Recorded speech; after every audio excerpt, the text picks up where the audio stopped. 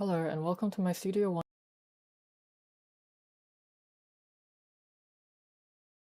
Hello and welcome to my Studio One reflective video.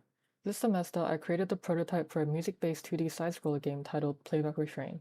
My Folio 1 inquiry was, how can I incorporate music into games in an innovative way such that it emulates the experience of being a musician, including the sensation of playing an instrument as well as interacting with the social and cultural environment that surrounds the music scene. During Folio 1, I experimented with a variety of gameplay mechanics in response to this inquiry. Upon entering Folio 2, I consolidated the various iterations I explored, ending up with a core gameplay mechanic I was pretty happy with. Therefore, I shifted my inquiry's focus from gameplay mechanics to one more focused on defining the audience and messaging of my project. How can a game promote the learning and mastery of music to a less musically experienced audience, while simultaneously capturing the joys and familiar sensations of playing an instrument to more experienced players, thus depicting a universal and timeless experience of the joy of musical expression? Basically, I wanted my game to capture the sensation of playing an instrument, whether it be as someone new to music, someone currently playing music, or someone who might have stopped playing music. I would achieve this through the core gameplay mechanic, which involves learning to play by ear, memorizing melodies, and gradually unlocking new notes, thus growing proficient at the virtual guitar in the game. Additional gameplay elements, like a tuning minigame and a pedal function, further enhances the realism of the game, creating a learning experience for new players and a relatable or nostalgic feeling for those with experience. Aside from gameplay mechanics, I needed the other elements of my game, such as visual design, characters, and story, to also respond to my inquiries so that my game would feel cohesive and clear in its direction. In order to achieve this, another question I constantly asked myself throughout the second half of this semester was, how can I develop a gameplay experience that feels immersive and tell a story through its mechanics and environment rather than just dialogue? I struggled with finding a balance between dialogue and gameplay throughout the semester. Initially, I designed a visual novel type of dialogue UI with the intention of telling the story purely in this format. However, that created a feeling of dissonance between the innovative musical gameplay and the dialogue-heavy approach, which would not appeal to audiences who wanted one or the other. I wanted my game to have an established storyline, as this is something I am personally interested in developing, but after establishing a bunch of plot points, I realized it felt disjointed with the gameplay. I dialed back and discovered a theme that could tie my gameplay and story together, which was discovery. For players without music experience, they would discover the joy of learning how to play music. Meanwhile, for musicians, I wanted to evoke a sense of rediscovery, in which they would revisit the sensation of learning music for the first time through a new, slightly nostalgic lens. Thus, I developed a story in which the protagonist picks up an old, abandoned guitar and revisits the memories of when they first learned how to play. The game balances nostalgia and new discoveries. In the gameplay, where you are constantly discovering new melodies but also recalling old ones. In the story, where you travel between two worlds, one of the past and one of the present. And lastly, in the art and environment, which takes inspiration from the 80s grunge movement, along with an abstract, more modern color palette. During the development of Playback Refrain, I researched numerous music-based games such as Loom, One Hand Clapping, and the plethora of rhythm games including Unbeatable, Guitar Hero, Dance Dance Revolution, and more. While rhythm games are a tried and true concept with a dedicated audience and potential for creativity, I wanted my game specifically to not rely on rhythm mechanics, which is what drove my Folio 1 inquiry.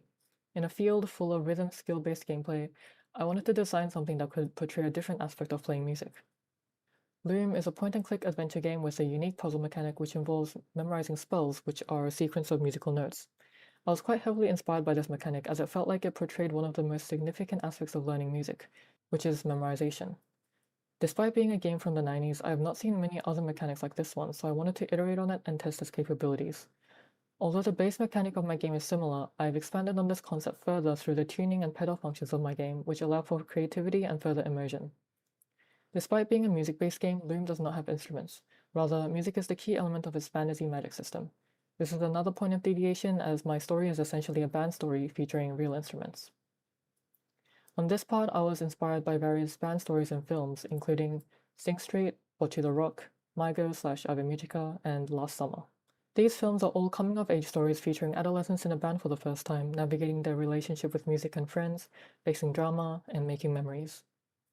This common theme in band stories was something I wanted to preserve in the story of my game as it highlights the joy of discovery and the journey that comes with playing music. Another work that had significant impact on my project was One Hand Clapping. It is a voice-controlled music game in which players must control the pitch of their voice in order to solve puzzles and proceed through the game. I found that it was one of the most significant recent games that was music-based without a rhythm game mechanic, save for one section, which is arguably the least enjoyable part of the game. While playing this game, it is almost impossible to resist singing or making sounds with your voice outside of puzzles where it isn't even necessary. I found this to be a great feat of immersivity and enjoyable game design. Initially, I wanted to experiment with a similar voice control mechanic, and I did so.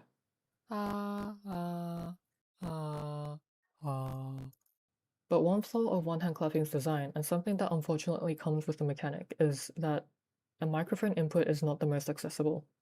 While playing it myself, I found that certain pitches of my voice had trouble registering, and the bad quality of my laptop's inbuilt mic would cause unwanted spikes in input. I wanted my game to be as accessible as possible, true to my inquiry which aims to target both experienced and inexperienced players. Therefore, I scrapped this design and started iterating on the keyboard mechanic that would develop into what I have today. Throughout Studio One, I also gained an understanding of my goals in learning game development moving forward.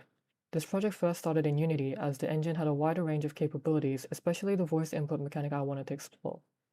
I ended up eventually moving to GameMaker as it is streamlined for 2D with less demand for technical skills, allowing me to focus more on game design, art, and story. These are what I'm hoping to grow my expertise in during my time at Magi, as well as my future career, so I'm planning to continue using GameMaker in future projects. I am also considering continuing this project specifically, iterating on further gameplay mechanics and developing the rest of the game in Studio 3. Thank you for listening, and here is my current iteration of my game. It is still a work in progress, and I have more planned until submission on Friday.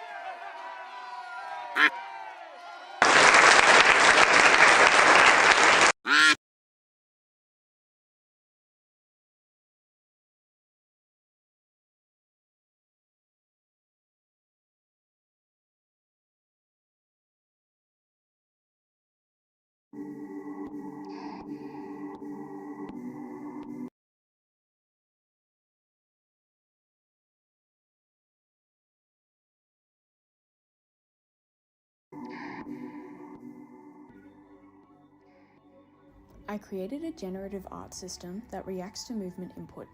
This was framed through an analysis of dance culture and reacting to current trends in live music spaces, the trend of accompanying media art installations and live performance art. I was wondering how I could get creative in the pursuit of creating visuals for electronic music. How could I replicate the energy on the dance floor, the feeling of uninhibited self-expression through dance, connection between friends and strangers, music bringing everyone together? My line of inquiry evolved a lot during this process. I started experimenting in Folio 1 with different modes of interaction. At the beginning, the idea was to create an active collaborative installation that was driven by interaction between participants, but I didn't want people staring at their reflection on a screen. I felt like I needed to make something that was controlled by the crowd, artist and music all at once, but was contained enough that it wouldn't be the center of attention. In this way, I would position this piece in the field as a sort of accompanying performance art piece behind an artist or DJ that reflects the energy of the audience throughout a set. The basic setup of the system is a collection of input videos, pre-rendered videos or a live feed from multiple cameras are routed first into a switch and then into a virtual webcam. The virtual webcam is then fed into MediaPipe, which tracks the crowd in frame. This data is linked to a main switch index that switches between the visual states depending on different variables. For example, less people on the dance floor most often correlates with a low energy crowd, which results in low energy visuals. Many of the visuals also utilize optical flow displacement, which changes the visuals based on the difference in movement between frames. For the visuals of this piece, I chose to embody the visual metaphor of the mood ring, a novel object that uses quantitative data, temperature, to create an arbitrary emotional meaning. In this same way, my digital mood ring records data, and I, as the artist, assign it meaning within its context, in this case connecting it to the aura or energy of a dance floor, based on my positive experiences within that space. I focused on colour and texture, combining a shifting spectrum of hues, detailed gradient textures, and glitch distortions that tied into the aesthetics from rave culture. I think a really interesting part of the network design was a result of bringing my animation practice into the visual programming space. By utilising the switch top to switch between key states and in-between states, I essentially created live adaptive keyframes and in-betweens to act as anchors for the morphing visuals. By building all the states so intertwined with each other and layering them with feedback and displacement tops, I was able to ensure that each frame would be a new visual experience. My conceptual inspirations were works by visual artists in the live music space, Akiko Nakayama and Boris Ackett. Using just paint and sound waves, Nakayama creates truly audio-reactive, abstract live visuals for electronic artist floating points. Ackett built a massive kinetic breathing roof structure that responded to the body heat of thousands of people crammed into various venues for Fred Again's 2025 World Tour. Both of these artists chose abstract mediums that respond naturally and meaningfully to the environment in which they are presented, which I wanted to try and replicate with my piece. My aesthetic and technical inspirations were the many Melbourne-based practitioners in the media art field, such as Ali Chowdhury and Minnie Park, whose work I was able to experience in person. Through my progress posts, I touch on how I believe interactive media art has a sort of inherent mysticism, especially with the rise of embedded controllers such as MediaPipe, that make the technological processes largely invisible. I think my background in animation helped me approach the project in an interesting way. I can see a path for further development with more pre-rendered or 3D assets to create some visually spectacular work in the future. This project involved a lot of tinkering. I was figuring out a new program and ways of making, and therefore I struggled to adhere to my typical production schedule as I had no idea how long specific components would take to complete, or what kind of technical difficulties I would run into. Despite this, I felt I was successful in my pursuit to create some awesome designed visuals using new abstraction techniques that will potentially become a larger part of my practice. I would be interested to see the similarities between Touch Designer tops and visuals that could be built in After Effects using expressions. I really enjoyed how tinkering and abstraction worked together to create generative art. I've almost always operated within a representational style, whether it be animation or drawing. This project got me out of my comfort zone in that regard, and I focused less on perfection, giving up a sense of control over my output and focusing more on creating visuals that spoke to me in that moment. I would like to build on the integration between Touch Designer and other platforms such as After Effects or Unreal Engine for more 3D based visuals. Overall, I'm super happy with my development in this folio. I'm keen to make 1 billion more interactive things in Touch Designer.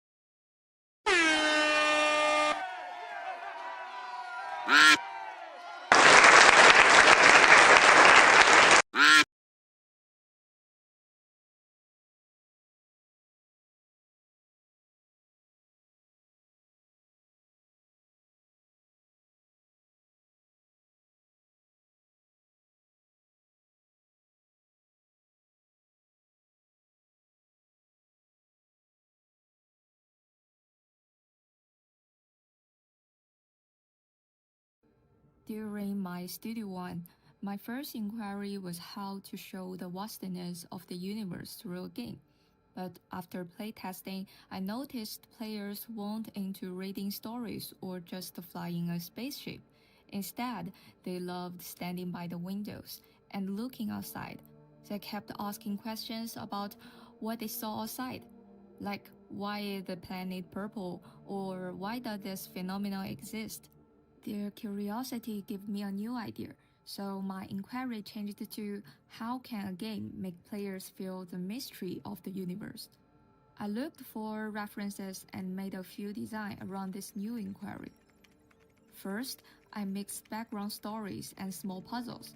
The story is about traveling the universe alone and map the whole star system. And there's also a hidden puzzle, find a hidden planet. I learned from Outer Worlds. In this game, all events happen at the same time. So I designed players act only as observers to discover things, but not to change them. This really sparks curiosity and encourages players to explore the whole star system. Second, the space design. I took inspiration from the game Iron Law. I didn't build a big, complicated space station. Instead, I made a small, simple spaceship. Players can easily get familiar with this tight, enclosed space. When they fly out, the small spaceship looks tiny next to the endless universe. Players can immediately feel how mysterious and vast space is. Lastly, sound and visual effects. Inside the ship, constant machine noises and bright screen lights create a dull, quiet mood. Once you fly out into space, you'll see endless stars, matching background music and lively visuals. This big audio and visual contrast draws players to explore and makes the universe feel more unknown. During development, I once add too many complicated puzzle hints. The directions become unclear, and I lost my main focus. So I fixed it later. I kept the puzzle simple and made them just one part to build up the mysterious atmosphere. Now, please watch my demo video.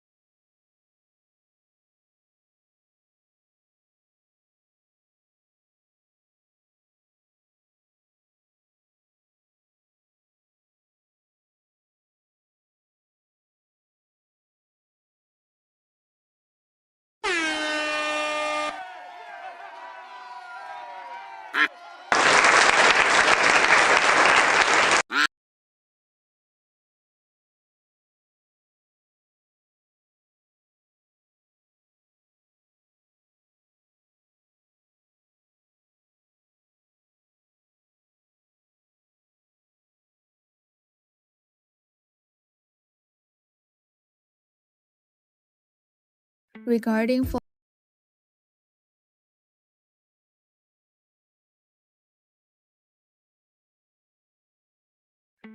Folio 1, I created content about ADHD.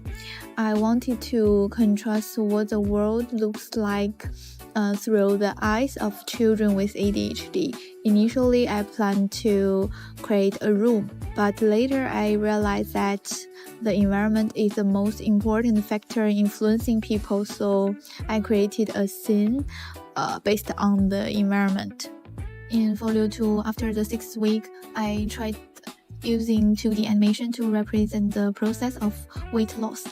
The background is China, where many thin girls believe that they need to lose weight, even though some of them actually weigh only 100 pounds or even 90 pounds. Therefore, I think modern aesthetics has become distorted. People generally believe that fair skin, thinness, and youthful appearance are what girls should look like.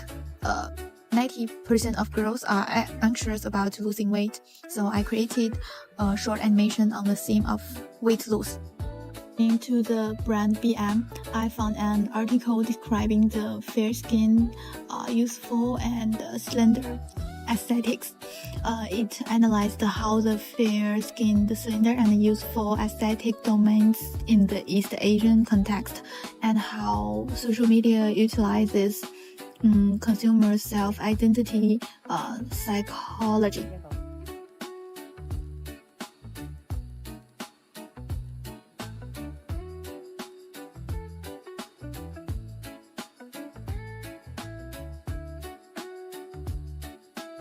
I'm making a short looping animation about the cycle of eating, dieting, binge eating, but it's not just about external dynamics. I want to express how the body's internal fat changes behind these three actions and show the body's changes through these internal fat changes. These two pink animations are about body fat. One is about how after a character eats a hamburger, the body fat breaks down into many smaller fat cells which accumulate and increase. So this is about the eating stage.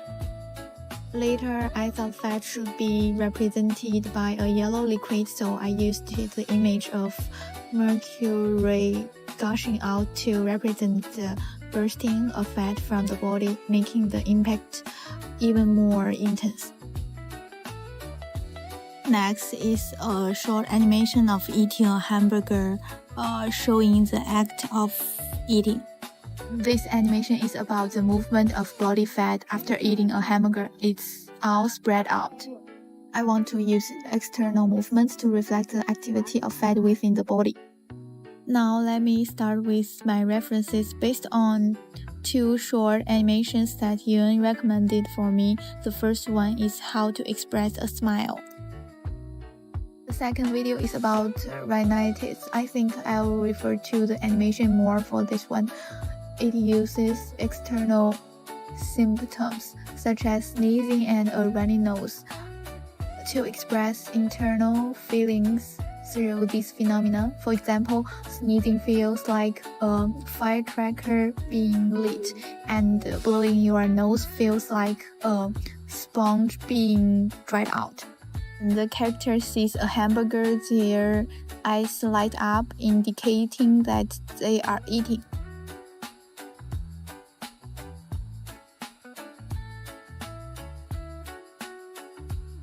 This barbell lift demonstrates the weight loss phase. It's very difficult to lift at first, but later the character can add weight plates to gradually increase the strength.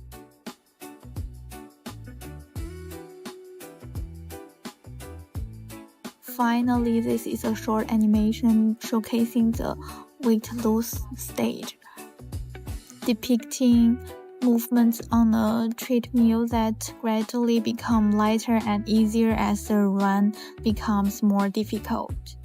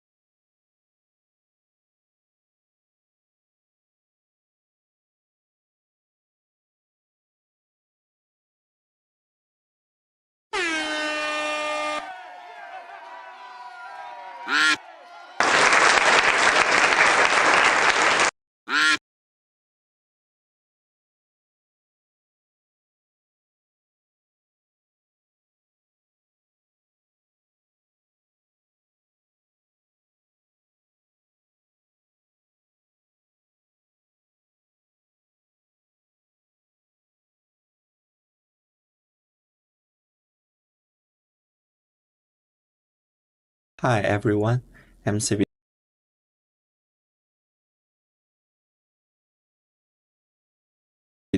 In this video, I'm going to reflect on my Studio One project.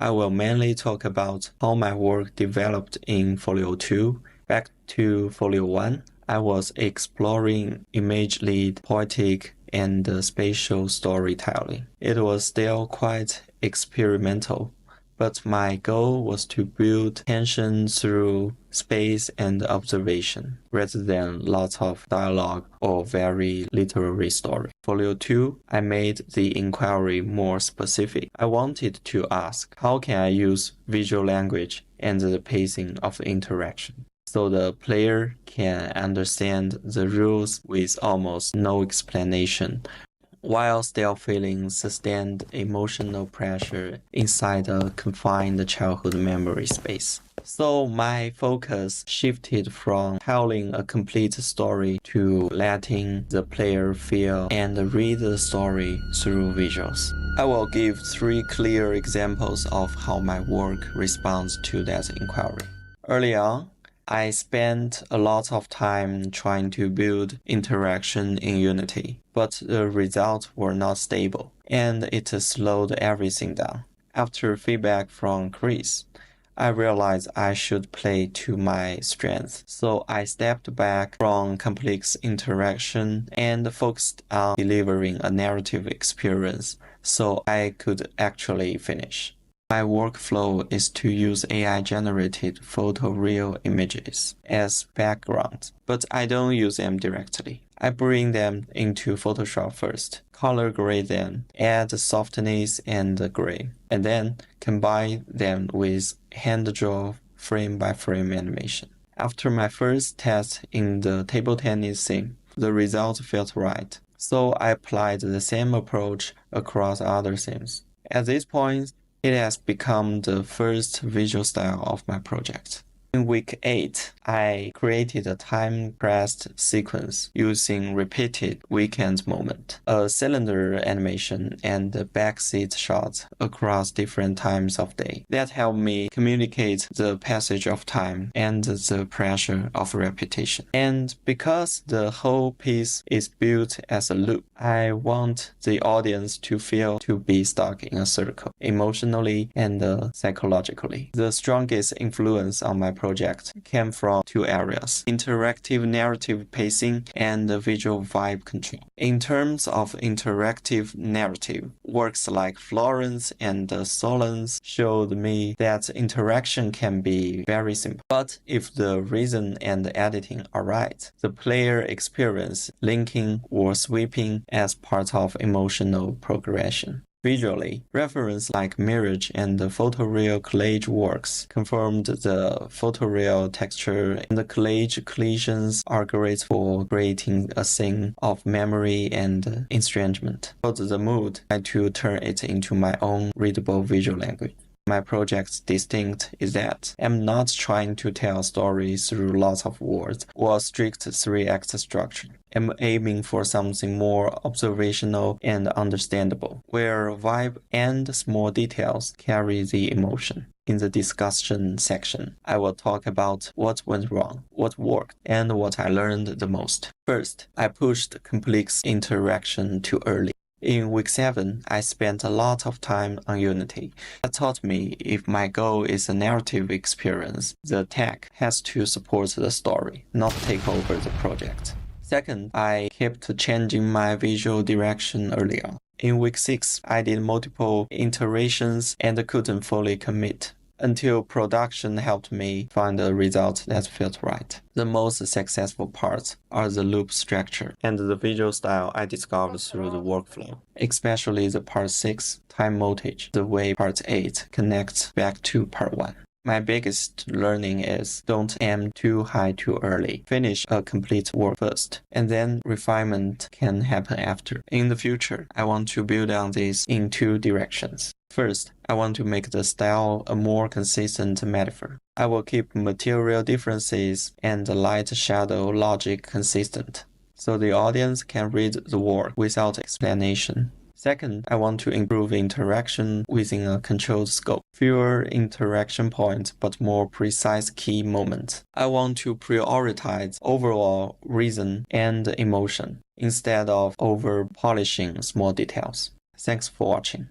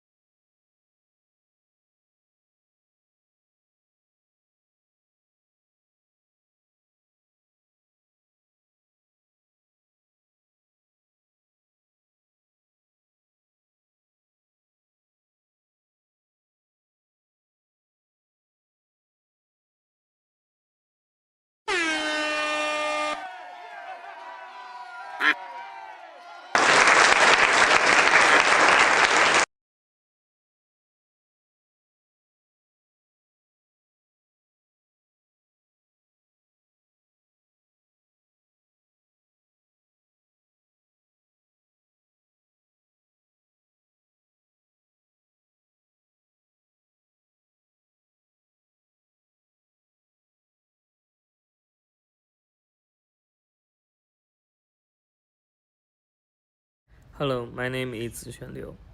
This is my Studio One Folio 2 project, A Lie. My Folio 2 inquiry asks how 2D hand-drawn animation can communicate the emotional and subjective reality of a real event, rather than simply illustrating what happened. This inquiry came from a shift after Folio 1. In Folio 1, I was interested in 2D fight choreography and action design. However, through feedback and reflection, I realized that my project was still too technical. What I really cared about was not fighting itself, but how movement can carry inner emotion. So in Folio 2, I shifted from action as spectacle to movement, timing, and sound as emotional expression. A Lie is based on a real family experience. During my grandfather's funeral, my uncle received a phone call from my grandmother, who did not know that my grandfather had passed away. Because of her physical condition, the family chose to protect her from the truth. During the call, my uncle had to lie. After the call ended, he emotionally collapsed. I did not want to make this as a direct reconstruction. I wanted to translate the emotional pressure of this moment into animation. The pressure of responsibility, love, silence, and grief. The first method I tested was movement. I focused on the collapse action and explored how a real movement could be redesigned through key poses, rhythm, and deformation. I found that simply copying reality does not necessarily communicate emotional truth. In animation, emotional truth can come from selecting, reshaping, and timing the movement so the audience can feel the pressure behind the action. This also connected to my field research. From Disney's use of live-action reference in early hand-drawn animation, I learned that real movement can be a foundation, but animation still needs to redesign timing, shape, and rhythm. Reality is not the final goal, it is material that can be transformed. The second method was storyboarding. Through feedback, I realized that the collapse would only be powerful if the audience understood what was at stake. I made different dynamic storyboard versions to test whether the truth should be revealed early or held until the end. I finally chose the delayed reveal version because it creates mystery and allows the audience to reinterpret the earlier scenes after the final reveal. This stage also showed me one of the main problems in the project. Personal memory is not automatically understandable to an audience. Even if the event is emotionally clear to me, the audience still needs visual information, motivational context. So the challenge became how much should I show, and how much should I hold back? The third method was timing. I developed a storyboard into a timed animatic and adjusted how long each shot should stay on screen. This helped me understand that timing is not just technical, it is part of storytelling. A pause, a cut, a still face, or a hand movement can change how the audience feels the scene. After that, I added more character movement and began testing sound. Once I added sound, I had to adjust the timing again. The phone buzz, silence, and background crying changed how each shot felt. Sound was not just something added at the end. It reshaped the rhythm of the whole sequence. Chris Barker's feedback also helped me understand my role more as a director. He reminded me to think about cut-on action, private emotional space, and the idea of one thing at a time. If I want the audience to notice a subtle hand movement, I should not distract them with a complicated camera move at the same time. This helped me simplify some choices and focus more clearly on emotional readability. At this point, my outcome is not a polished final animation. It is a developed animatic that combines script, storyboard, timing, movement tests, partial sound tests, and reflection. For me, this is still a meaningful outcome because all these parts respond to the same inquiry. How can animation transform a real event into a subjective emotional experience? Now I will show the current outcome of the project.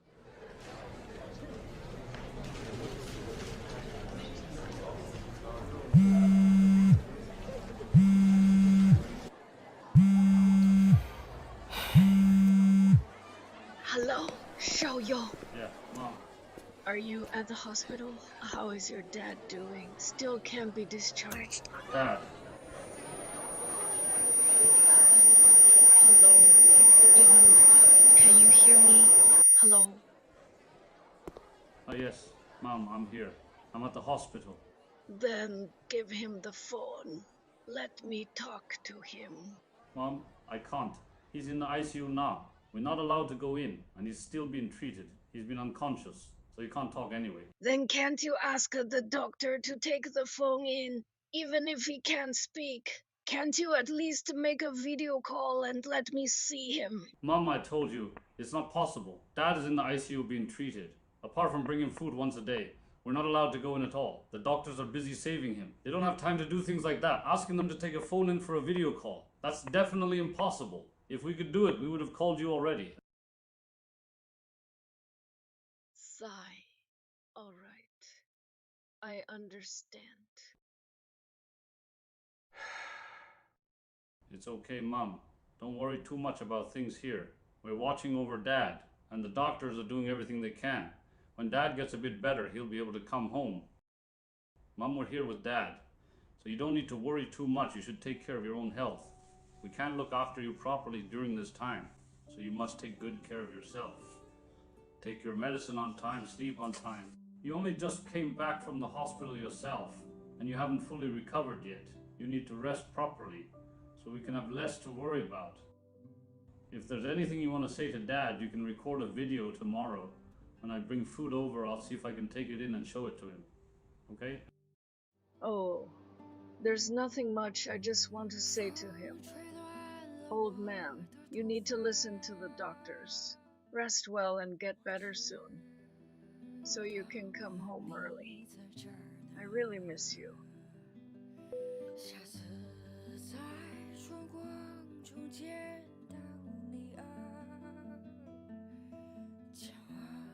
Dad!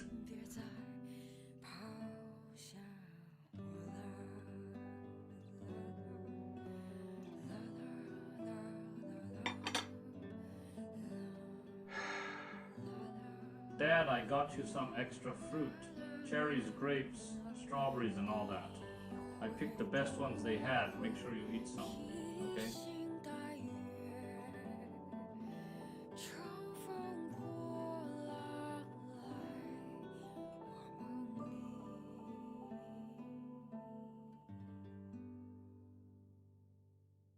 To continue this project in future studios, I would record temporary dialogue, refine the sound design, simplify some camera movement, and use live performance reference to improve Xiaoyang's acting.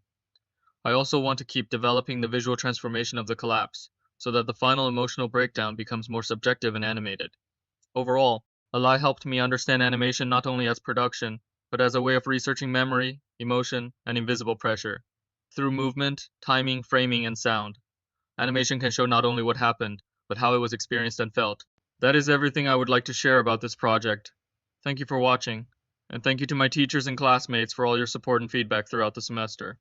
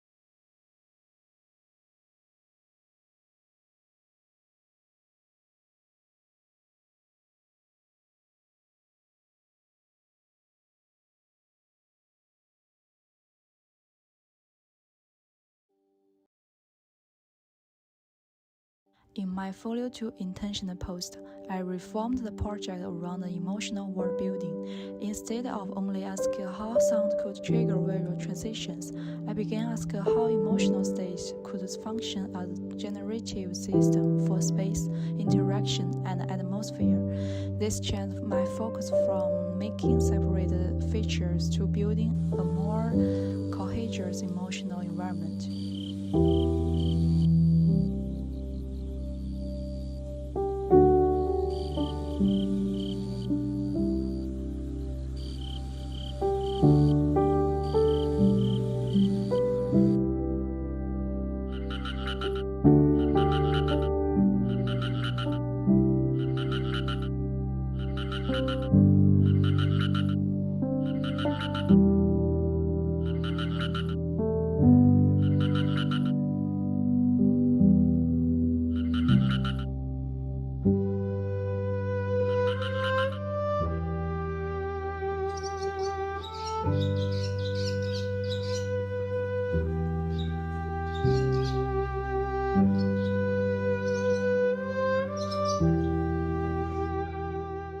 In the early stage, my project was mainly an audiovisual experiment.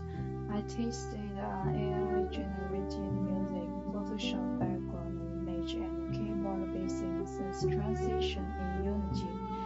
At this point, I was interested in how sound input and visual change could make an environment feel emotional responsive rather than static.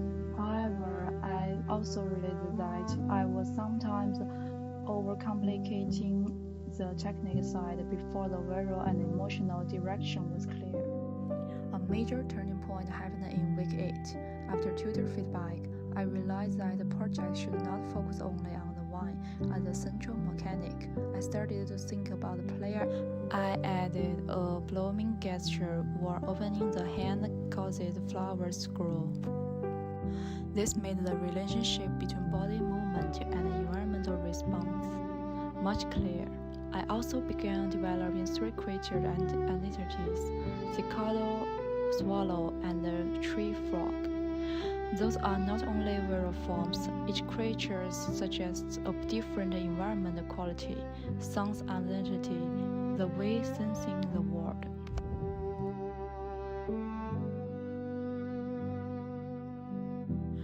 In week 10, my project became more structured.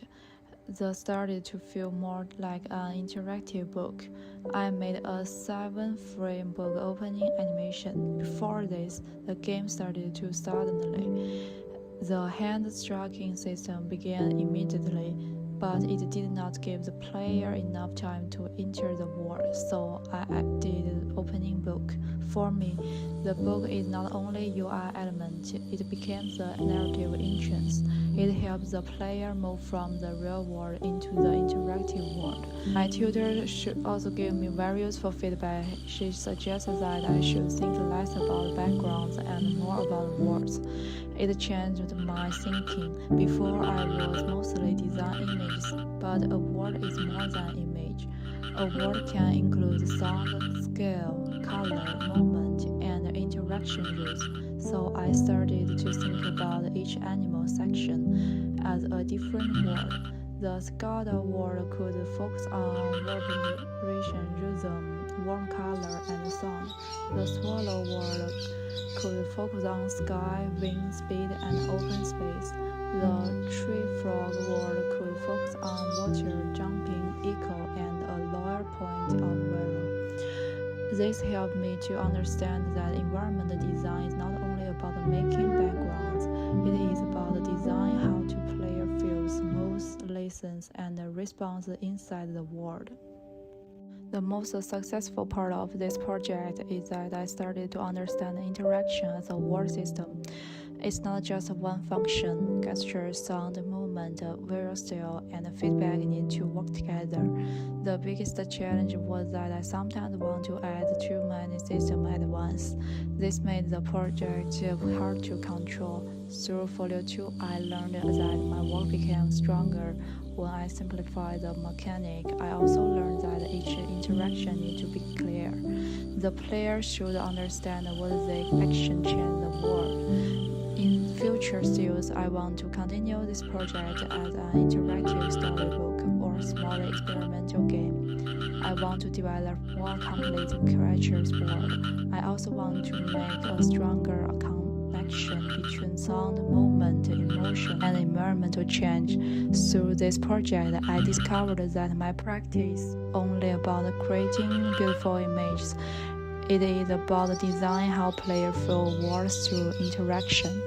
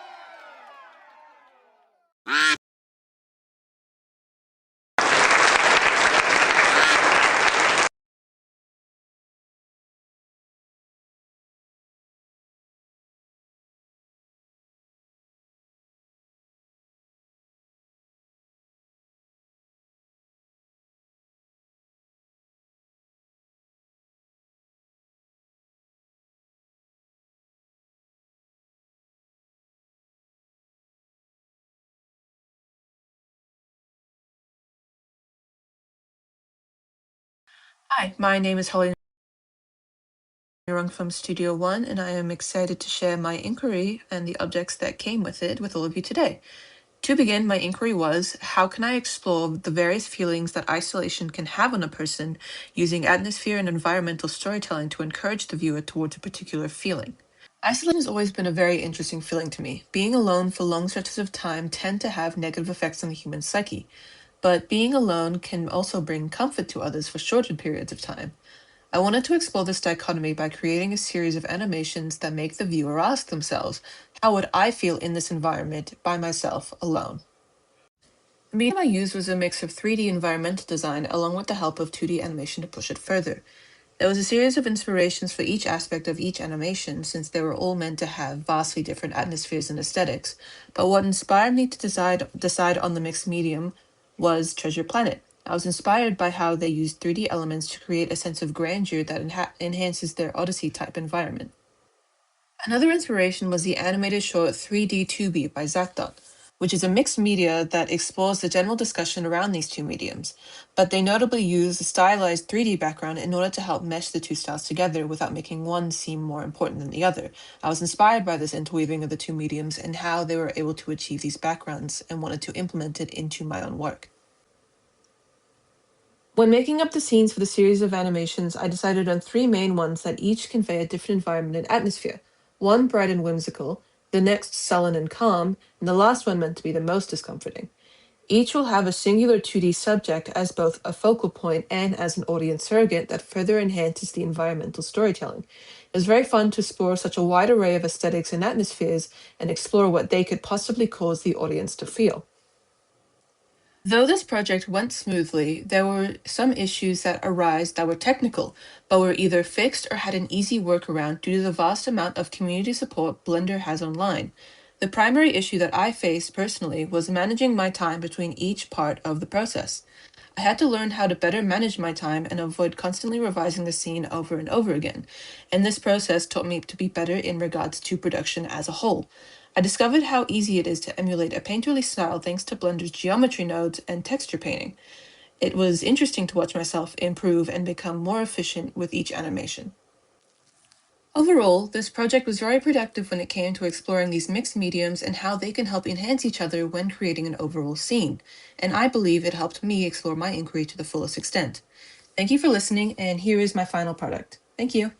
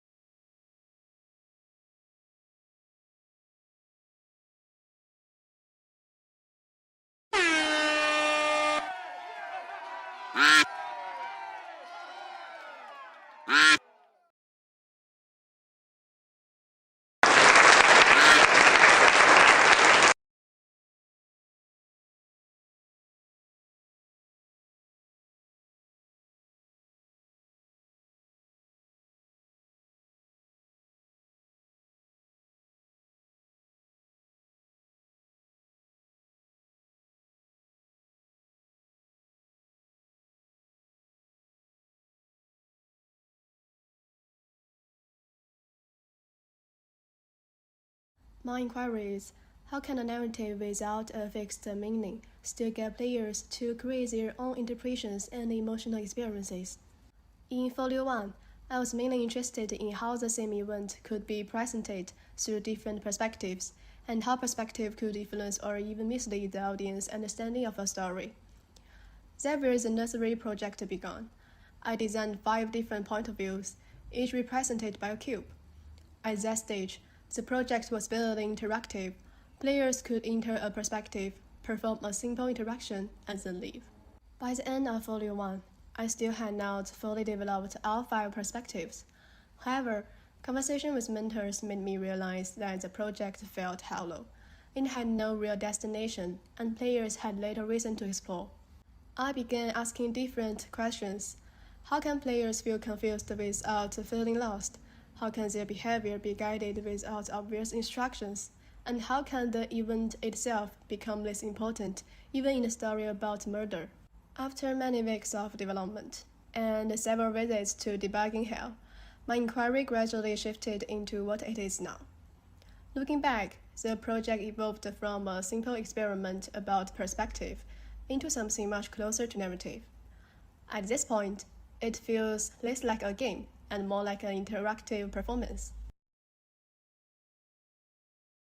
The project still revolves around multiple perspectives, but I become much more interested in how each perspective could shape emotional experiences. Different visual style, movement systems, interactions, and camera behaviors were used to make each point of view feel distinct. Some perspectives appear playful and harmless, while others feel unsettling and unstable. Rather than simply showing different versions of the same event, the perspectives become tools for shaping how players interpret the space and what they believe is happening. I also designed the interaction structure. Originally, all 5 perspectives were available from the start and had no connection to one another.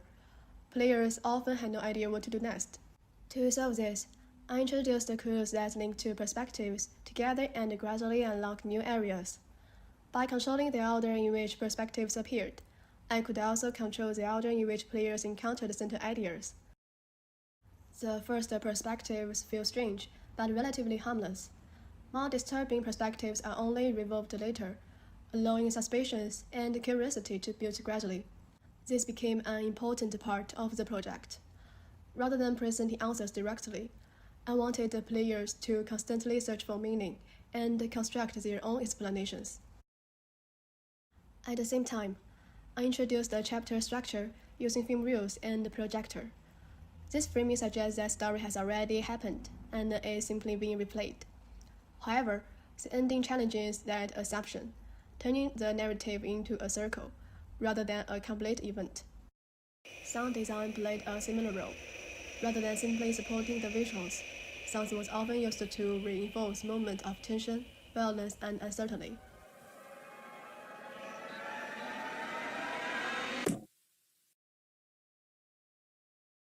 This project made me suffer a lot.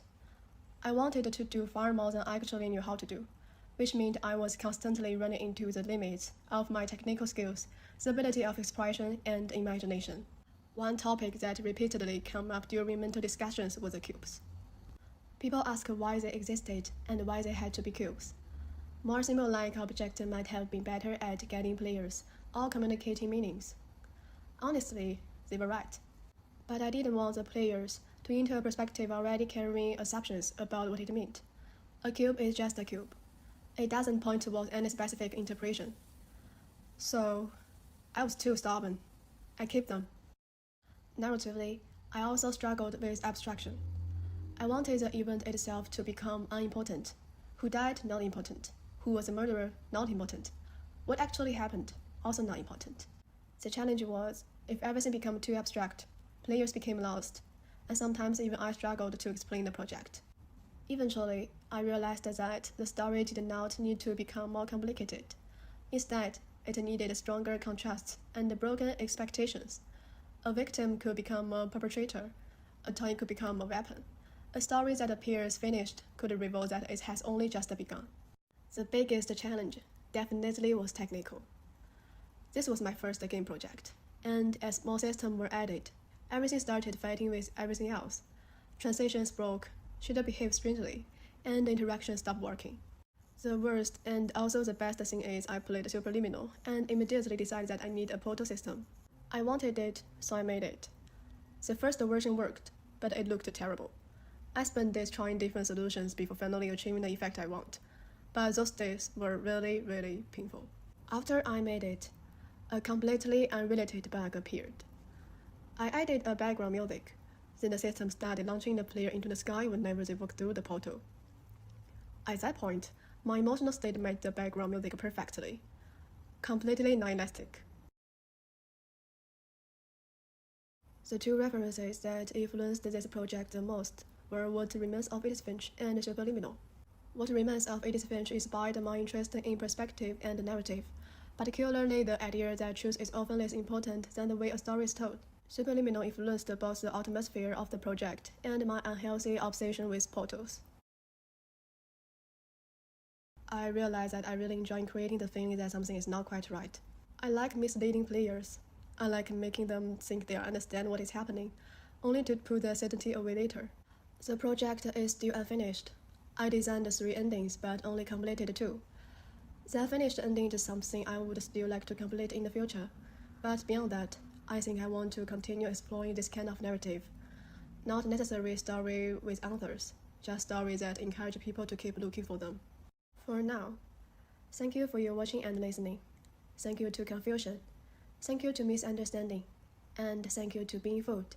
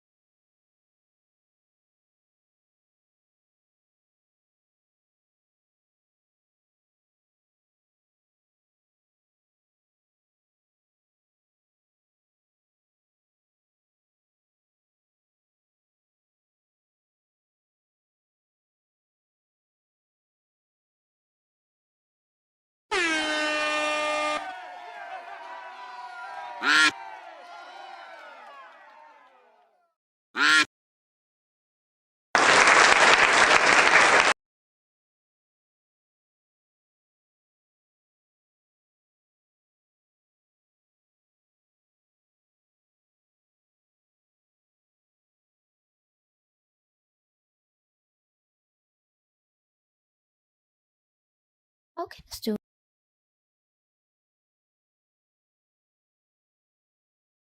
arise from tactile engagement with materials on set and during editing or compositing using intuitive, playful, and experimental methods void of a strict structure?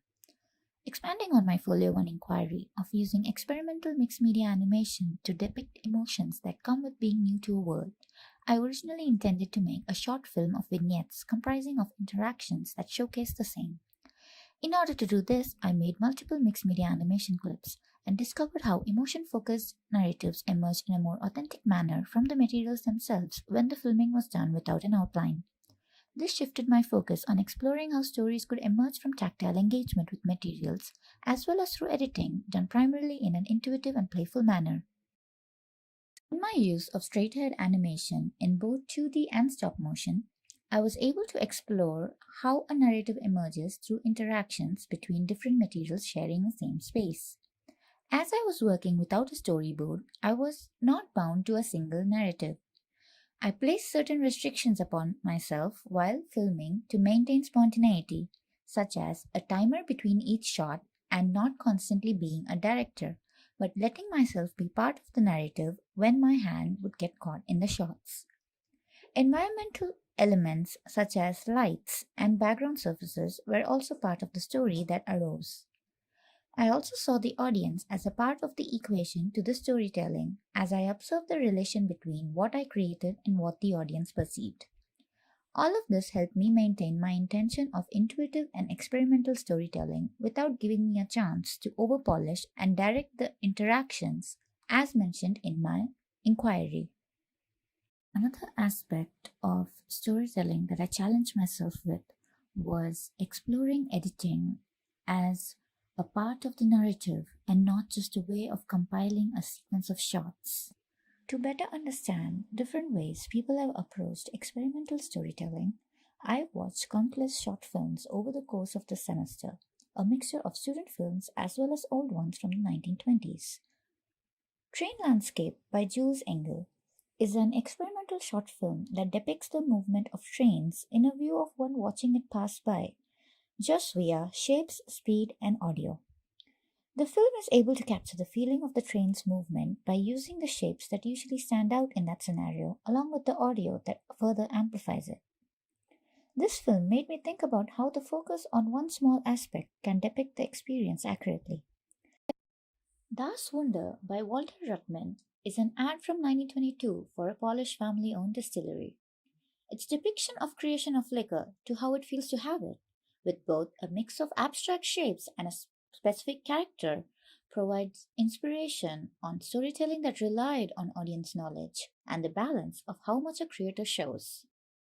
I also looked up the Kuleshov effect and learned about how careful editing of separate clips in a particular sequence contributes heavily to the narrative that the creator is trying to show. Over the course of this semester, my initial inquiry evolved as I explored experimental storytelling more and more. At the beginning of Folio 2, I realized I was controlling and limiting myself to show only a particular narrative in my mixed media clips. This, however, backfired as it deviated from being able to showcase raw emotions. Upon this realization, I abandoned this approach and decided to let go of most of my control as a director. As previously stated, I started relying on my intuition and worked hard to keep the working process playful because that was how I was able to bring a lot of narratives to life. The short animated clips that I worked on every week were my most successful part of the semester, as they taught me how to trust my intuition as a creative and also see storytelling through a new lens altogether. I saw narratives emerge from decisions that I made based on technicalities, such as using a red pen to scribble instead of blue to make it easier for me to remove the blue screen later if I wished to do so. But that choice told a different story than what a blue scribble would have. Overall, this was a great exercise to be able to think quickly and also learn how stories come about as I shot them. The decision to become as experimental as possible and see everything around me, including myself, as part of the story, taught me a different way of working as a creative professional. This is a project that has taught me a lot because I have never ventured into experimental before. but this is something that I would like to come back to and keep improving upon in my own time. I still have a lot to learn and I'm eager to do so.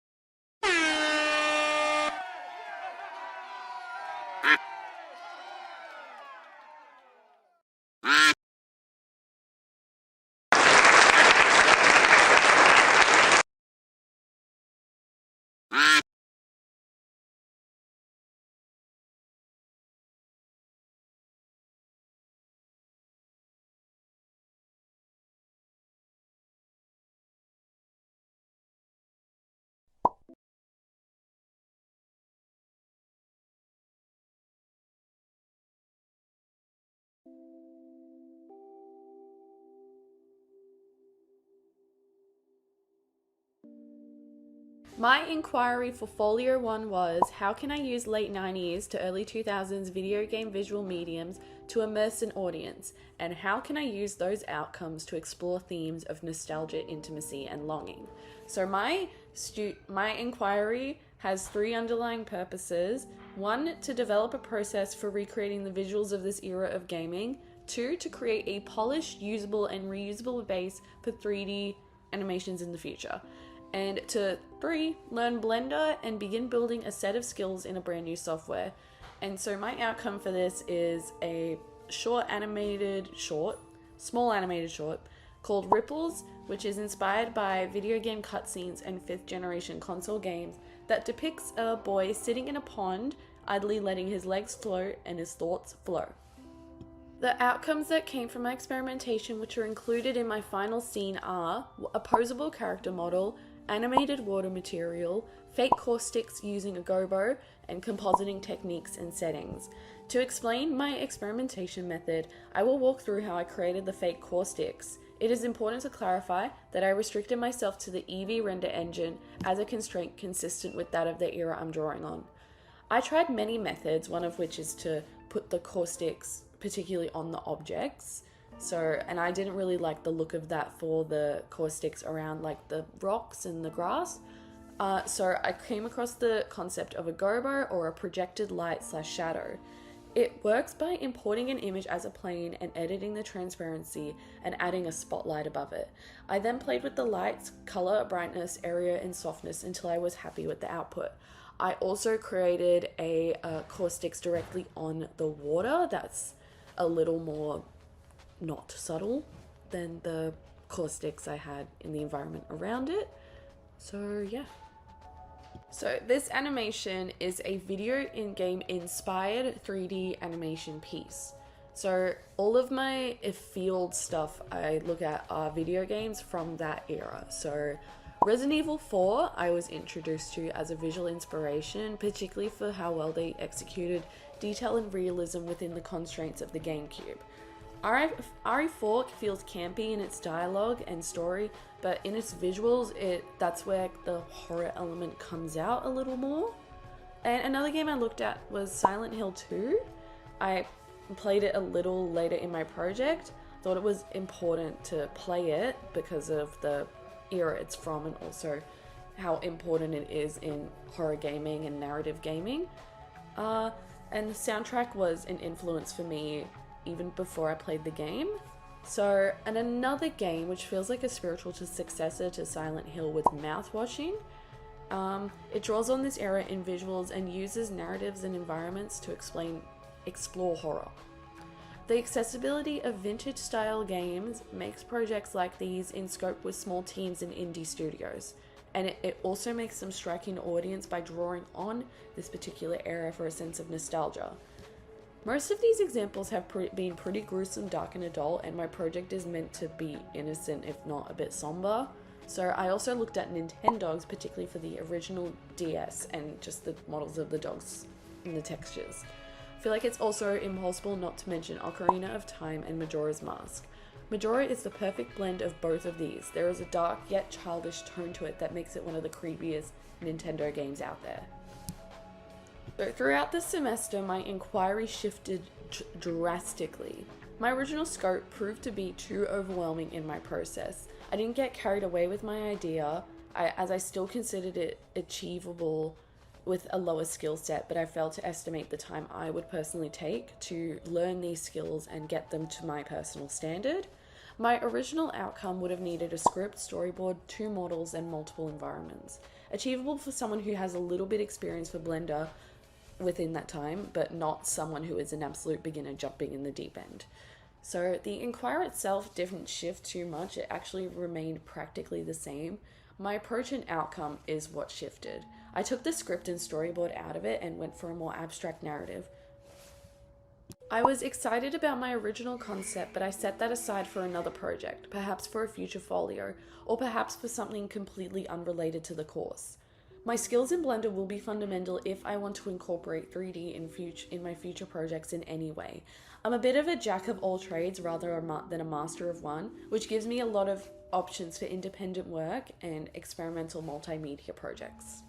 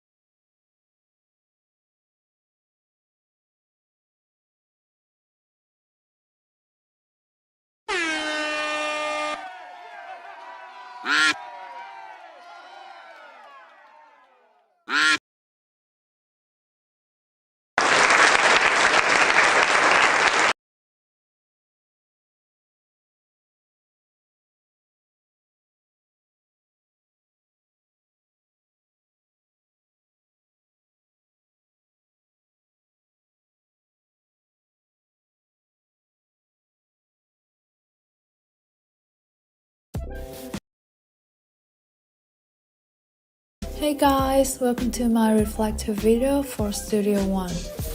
So start with my inquiry, of course.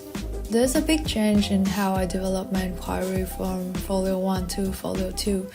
The original idea was to create a short linear animation that transitions through different animation techniques and aesthetics to explore how these can shape texture, movement, and visual language in one continuous piece. But it wasn't clear at first, as I focused too much on the technique without a strong story. Later, I realized I could link the character shifts in aesthetics to the process of aging, since growing up is also about changing forms and moving through different worlds at different stages of life. So in Folio 2, I continue developing this inquiry by connecting it to the 4 seasons as a metaphor for the cycle of life. And here's my final inquiry after getting lost for a long while. I create a short animation that visualizes human life as a journey through the 4 seasons, using different animation aesthetic and techniques for each life stage. I want to explore how changing style can represent the aging process. As you can see, for example, in this scene, in the first stage of the aging process, I use a rubber hole style character to represent a newborn child with simple movement and design. As the character grows into a kid, the style changed into digital animation with more flexibility and more playful movements. The background changed from spring to summer, where springs represent the beginning of life, the flower blossoms everywhere, and summer represents a more energetic and active stage of life. I got this changing style, changing aesthetic from rubber holes to digital animation and to vector through an article that called The Evolutions of Animation, and based on that, my childhood stage is inspired by the rubber hose animation with simple design, limited hand draw movements, playful and free. And then when it comes to youth, when it grown to a kid, teenager, is inspired by Adventure Time, with more colorful words around, more detailed characters, and more expressive motion. The adulthood is based on vector rigid, corporate style animation. There's more control, minimal movement, and a quieter, more restrained feel. My project connects this style to aging, treating life stage as shifts between different visual worlds. There was a clear turning point in the first 4 weeks where I spent a lot of time experimenting and fixing things without fully understanding my core inquiry. I explored VR and stop motion, but none of these end up in the final work. Even so, this phase helped me find my direction. I use those experiments as a base for my animation. I think the strongest part in my folio was having a clear inquiry to me, which helped me focus on building metaphors through visuals, animations, and character performance. The story was already quite straightforward, so I knew where to direct my work. Through Folio 2, I learned a lot about hand-drawn animations and thinking more like an animator. I also improved the cohesion of my work using visual storytelling and character movement to better communicate ideas about age. For future development, I want to apply all the techniques and storytelling skill, or maybe try something new like using interactivity to tell a more developed story than this one.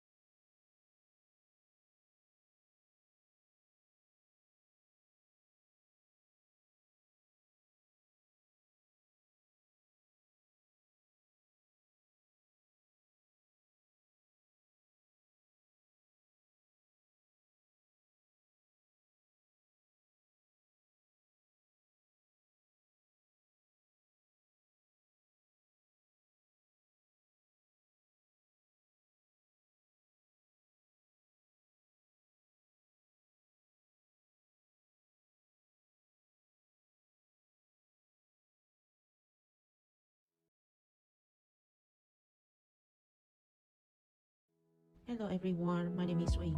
Welcome to my reflective video for Studio One. This project is a 2D short animation exploring psychological states. My inquiry: how can inner psychological struggle be translated into shifting material states within animation? In Folio 1, influenced by mainstream animation, my focus was road building a literal fantasy world with complex social commentary. In Folio 2, I shifted from micro world building to micro emotional depth. I isolated the core emotional arcs, the heavy psychological struggle right before a major life decision. The inquiry is no longer about external constraints, but the internal gravity of the mind. My process relies on intuitive, scene-by-scene improvisation. In week 6, guided by pure imagination, I structure a progression of material states to visualize psychological weight, moving from still water to boiling liquid, and finally to suffocating tar. However, the story only truly materializes week by week through the knowledge and ideas I gained from classes, such as animated narratives, CBS, and consultation. The storyboard was never fixed. It evolved from a messy world-building narrative to a minimalist study of material states, constantly adapting until I found the exact physical matter to translate the raw sense of emotion. In terms of inspiration, Williams' Outback Mind taught me the power of minimalism, convincing me to focus strictly on a single emotional state. Meanwhile, the game quiz showed that processing grief is a chaotic, non-linear journey, which directly inspired the intense spinning and rotations in my work. While both reference still soft, melting watercolor aesthetics, my approach is completely different. My perception of emotion is mathematical, rational, and geometric. Instead of fluid watercolor, I use rigid body structures and sharp angles to contain emotion. Symmetrical six-side cubes, asphalt, and stone are used to express the psychological journey. One of my biggest challenges was creating smooth liquid transformations. Liquid physics are highly complex, and I'm still developing control over them in progress dreams. The things I consider successful include the decision to replace the material from tar smoke to tar rock, showing that fear never truly disappears. It transforms. This tangible weight becomes the exact force needed to drive the characters out of stagnation. Furthermore, by executing a 90-degree turn of the cliff face, the vertical trap shifts into horizontal ground, signaling that gravity has changed and everything is finally fine. I also apply the technical delay revelation allows understanding as a structure of participation from research methods confrontates. By delaying the tar shadow's appearance, I force the audience to read the shifting environment and actively participate in deciphering the emotion. Ultimately, the literal becomes abstract, allowing me to focus purely on core human feeling. I learned that technical experiments mean nothing without an emotional structure. Animating one scene per week based on a 3-act emotional arc allowed me to complete my project's backbone by week 12. And finally, the next step. With a solid structural backbone established in Studio One, I have a clear production roadmap for future studios. My future focus will be mastering metamorphosis and seamless transition techniques. Most importantly, I want to find the most accurate way to extract the thick, sticky viscosity of tar through animation in order to represent a heavy psychological state. And this is my work so far. Thank you for watching.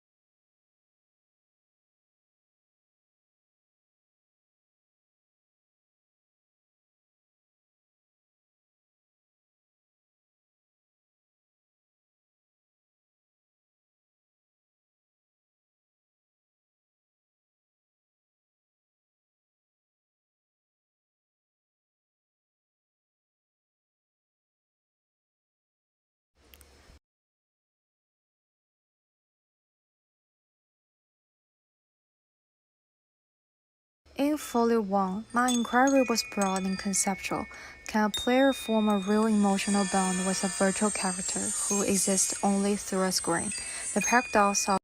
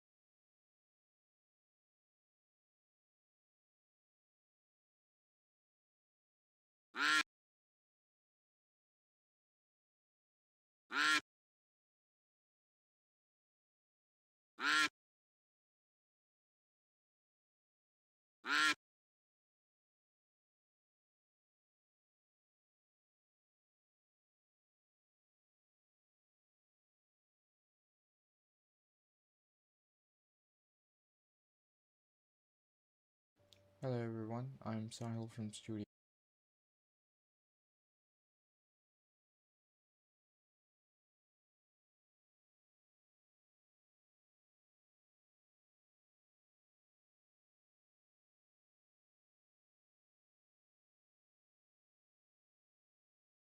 Hello everyone, I'm Sahil from Studio One, and my inquiry is how can I use my research from practice and understanding an already existing work to achieve a linear gameplay experience that is novel and holds agency-driven.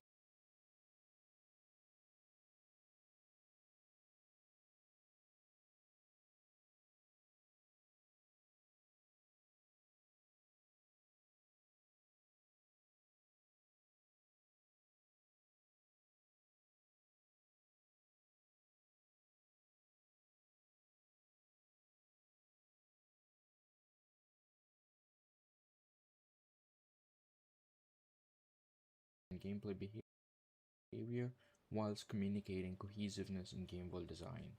I've been making an ocean-based RTS game called as Tidal.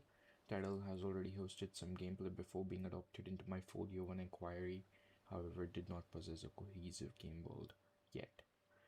Objects within the game world did not feel as if they were part of the same world, and I wish to develop something which is cohesive, authentic, and it feels good, and in the process achieve a sense of emotive immersion through my work.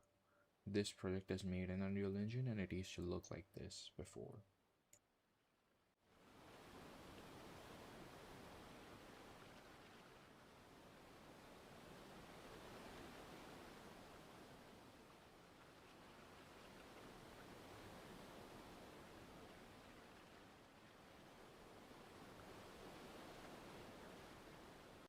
For working in direction of my inquiry, I've made a shader to establish some visual cohesion in art direction. Then I worked on AI behavior rewriting everything that existed before because it did not have room for scalability. AI behavior is just as much part of game world design. I worked on setting the base for modular AI that it could later allow itself to be built up of random attributes feeling more natural and belonging. And I worked on the different types of inducing agency of damage within AI, making elements or forms of attack like flamethrower grenades. I also did a lot of other tasks that may not have had the most intended direction of towards the inquiry, but were required to do so because it's a game. I also conducted research to enhance my authenticity and artistic direction in my work and allow space for it to look abstract from the related works that I had studied. Kingdom Classic, a game I played, really inspired and pushed me into making a game, as I wanted to use my ability to make games, to make something immersive and interactable, which consists of a world and slowly induces an impactful metaphorical message. The working on this project has constantly been posing lots of challenges, ups and downs, and a lot of things that went wrong during the making, just because this process of making a game is this game is highly conceptualized and overscoped. And as a solo dev, I kind of expect to get into something like this. There were often burnouts, me getting sidetracked with not much important stuff, and it's all just part of the process.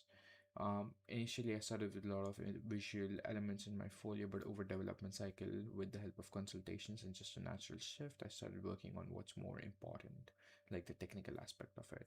I also learned that for designing my game better, I should not narrow my view down to what I think of my game. Rather than that, I should keep my view open and more vague.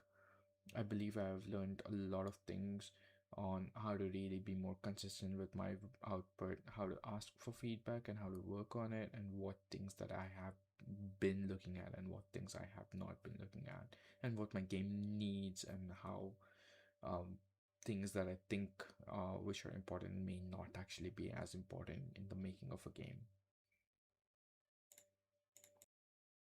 Here's some gameplay being showcased. It shows how you interact with the boats and hire these little guys and then buy them tools so that they can perform their job onto the ship.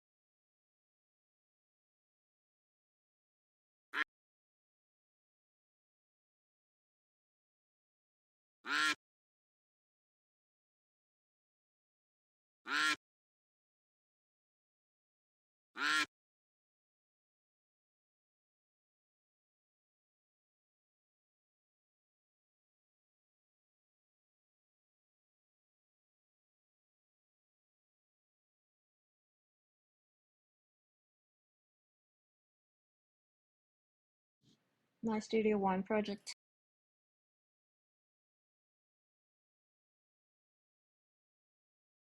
explore how memory can be visualized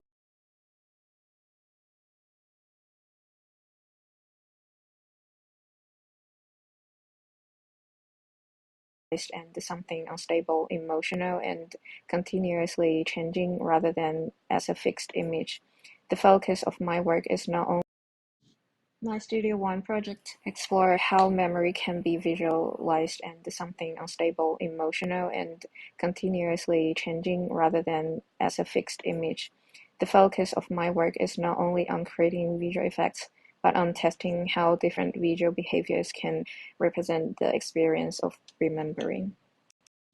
In Folio 1, my project began with the idea of memory reconstruction. I designed a structure where memory starts from complete absence, then gradually returned through sensory triggers such as sound, touch, and vision. The sequence moved from a void state to abstract visual fragments to geometry and furniture, and finally towards a more complete interior space. At that stage, I was mainly trying to build memory as a special progression. However, during the process, I found that the work became visually complex, but not always clear for the audience. For example, I tested different lighting and shadow conditions, expecting viewers to distinguish between realistic and distorted space. But when these tests were placed inside a more complex scene, the difference became less obvious. This made me realize that my project needed a clearer and more direct way to communicate the experience of memory. In Folio 2, I shifted my focus from constructing a memory space to constructing a memory experience. Based on mentor feedback, I decided to keep the strongest part of my earlier experiments, the abstract image tracking and transformation effects. This led me to start learning Touch Designer as a way to why we're create doing more threshold, dynamic because we don't need to do it for this responsive banana because it visual has no systems. background. Instead of Essentially, what we're asking doing whether is an we're going to be image setting looks real, a I began mask asking whether it feels for our like input, memory. so that way we don't. My method in Folio 2 became more experimental and system-based. I tested different Touch Designer effects and began connecting them to different qualities of memory. For example, particles systems suggest fragmentation and disappearance. Blur suggests fading or unclear memory. Feedback creates visual residue, like a moment that remains after it has passed. Noise and displacement create instability and distortion. Through this process, I began building a small visual dictionary for memory where each effect is not just a technical tool but a visual behavior with emotional meaning. One early reference was intracranial garden, which influenced by interest in memory as a stylish and emotional visual experience. Later, notes on blindness VR become especially important because it represents perception through abstract sensory system rather than realistic images. This helped me think about memory not as something the audience only watches, but as something they could experience. One challenge was that I changed direction several times during the semester. Some earlier decisions, especially the complex 3D room sequence, did not fully progress the project toward a clear final experience. Another challenge was learning Touch Designer while also trying to produce finished outcomes. This made the progress slower than I expected. The project is still in development, so my next step is to turn those visual experiments into a clearer, interactive system. Instead of making a fixed linear video, I want to use one base memory image or footage and allow different emotional inputs to transform it. A smile could trigger a brighter and more expansive memory state. Using saturation, bloom, particles, and lighter sound, a sad expression could make the image desaturated, blurred, delayed, and distant. An angry expression could create red tones, edge-based imagery, noise, distortion, and sharper sound. At this stage, I'm still testing how facial movement or performed expression can become the input for these changes. Even if the real-time tracking system is not fully stable yet, I can first demonstrate the interaction through performed expressions or simulated switches. This will allow me to keep developing the project as an interactive memory system where emotion does not just appear in the story but actively changes how memory is seen and heard.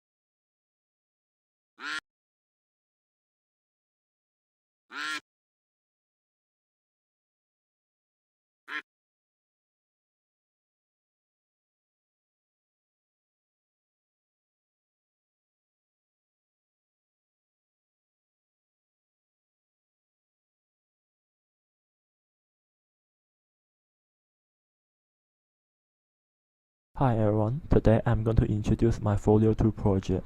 For my Folio 2 project, I created a short stop-motion animation about a kaiju called Ivanox.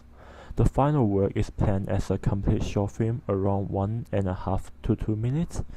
It tells the story of a monster that invades village, create mutant creature, and finally become a new island where those creatures live. The main inquiry of my project is how can the free plunder be visualized as kaiju? This question starts from my Folio 1. In Folio 1, I wanted to explore how free can be turned into physical creature. I was interested in kaiju because they are not only monsters. In tokusatsu and kaiju film, monsters can also represent war, disaster, social crisis, or negative human emotion. During Folio 1, I decided that my kaiju would represent plunder, but most of the work was still concept art and 2D design.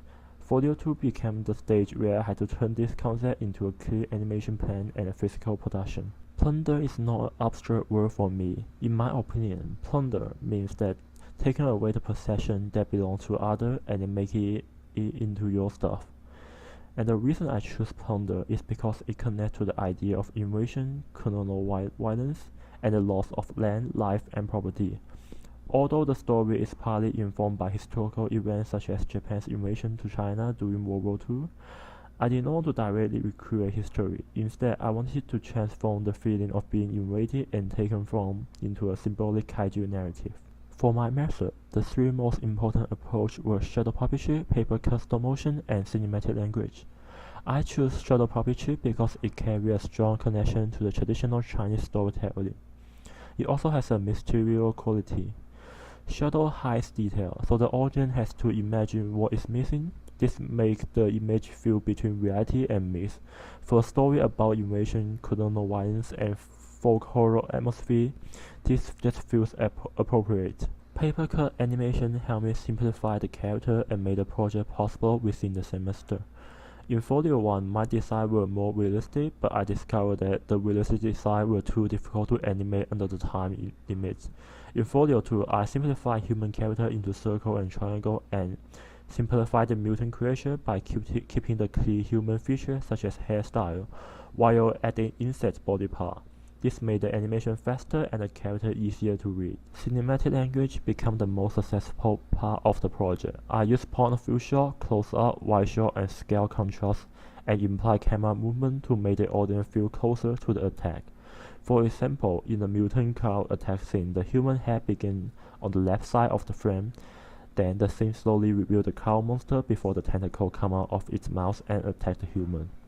Because my animation table were very small, I could not move the camera easily, so I moved the character instead. This was a particle solution, but it still created a feeling of camera movement. My field research comes from several directions. For kaiju design, I was strongly influenced by the Gankyu from Ultraman Gaia, which encouraged me to add more cosmic horror and Cthulhu-like element to Ivanox. I was also inspired by the Xerneas from Pokemon X. Its honor and identity as life-giving creature helped me to develop the idea that Ivanox could grow branches and flowers that produce mutant life form. In production, I was influenced by Interview with a Hero, a short film directed by Celestial Deep, which used shadow puppetry to tell the story about the protagonist's hometown and PTSD. This showed me how shadow puppetry can represent memory, trauma, and personal history. In framing, I also look at Attack on Titan, especially in how they use scale difference, destruction, and monster presence to illustrate the horror and powerless while humans face into unknown creatures that physically and mentally beyond their understanding. The combination of traditional shadow puppetry and aesthetic with cinematic language is what really went well in my project. I had not often seen shadow puppetry use film languages such as point of view, horror shot, and close-up in this way, so this feels like a technical and stylistic breakthrough for me. It helped me create stronger atmosphere and stronger audience engagement. On the other hand, there are some things went wrong. I designed too many mutant creatures at first, and some of them were too complicated. It became difficult to fit all of them into the story. The model were also hard to control, and the scale between monster building and human was not always consistent. I learned that although imagination can expand creativity, it's also important to limit the sacrifice some idea. Otherwise, the fictional world would become too complex and the animation become difficult to finish. In Future Studio, I want to continue exploring how abstract concept can become monster. I also want to improve the smoothness of my animation and develop stronger shadow and lighting technique. Studio One has helped me to understand that kaiju does not only need to destroy city, it can also become a metaphor for history, free invasion, and fragility of human society. That's all. Thank you for listening.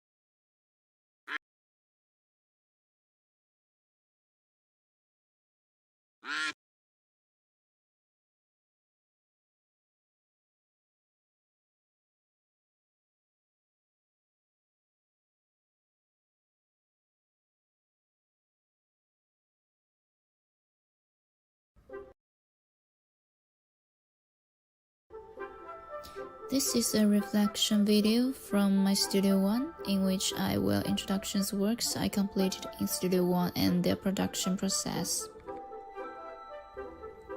In Studio One, I wanted to try creating a 2D animation in the style of Studio Ghibli. So in Folio 1, I chose the loss of nature cycles as my creative theme. However, after discussing with my teacher, I realized that the theme might be too microscopic. With my current production skills and the 30 weeks, I wouldn't find it difficult to produce enough information in the animation to help the audience understand. Therefore, I shifted the focus of my experiment from long-term narrative to constructing a worldview using no linear narrative. My inspiration came from the 2D animated short film, Scavengers, which beautifully demonstrates how to use the fragmented actions to present a fantastical world detached from reality. So, I tried creating a series of short animations, all revolving around the theme of brewing a potion to save the missing elf. However, my visuals mainly focus on the interactions between characters and objects in the environment, in order to continuously refine the story's world building.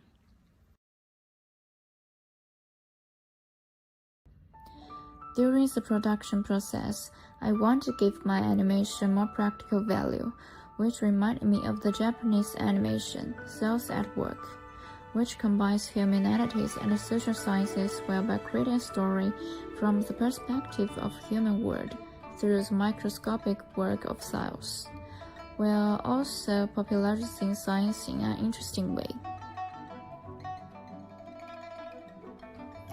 Therefore, I no longer focused on a completely fictional world, but instead hoping to combine existing knowledges to create a series of educational animated short films. That's why I choose chemistry, because chemical elements are incredibly diverse, allowing me to extract different character traits. And chemical relations also reflect some real-world interpersonal relationship.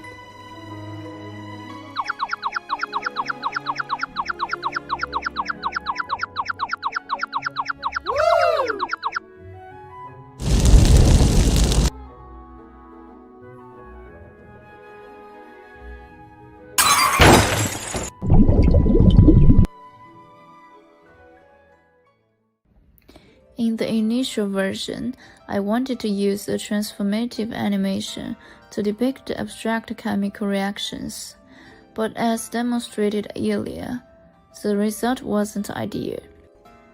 Therefore, I redesigned the characters to enhance their differences. With suggestions from the teachers and the classmates, I realized I should focus more on the interactions between the characters. This would better showcase the essence of chemical reactions and also expand on themes related to human relationships. So, I rewrote the storyboard, adjusted the visual focus, and emphasized the characters' actions and emotions. The first story is about the properties and composition of glass. Glass is stable and corrosion resistant, and is often used to hold chemical reagents. So in my story, oxygen atoms and silicon atoms together form glass walls that divide the living areas of each element. The second story is about the reaction between oxygen and white phosphorus in sunlight, which also illustrates that sometimes distance makes the heart grow fonder. The third story illustrates that carbon atoms exhibit different properties when arranged in different structures. Graphite is soft, while diamonds is hard and often used to cut glass. The fourth story is about the process of hydrogen ions and oxygen ions, combining to form water molecules, and it also illustrates that human imperfections are for the purpose of better complementing others. The last story is about molecules separating into ions, which also reflects the way new civilizations are born, forcing and reconstruction. Below is a short animation demonstration.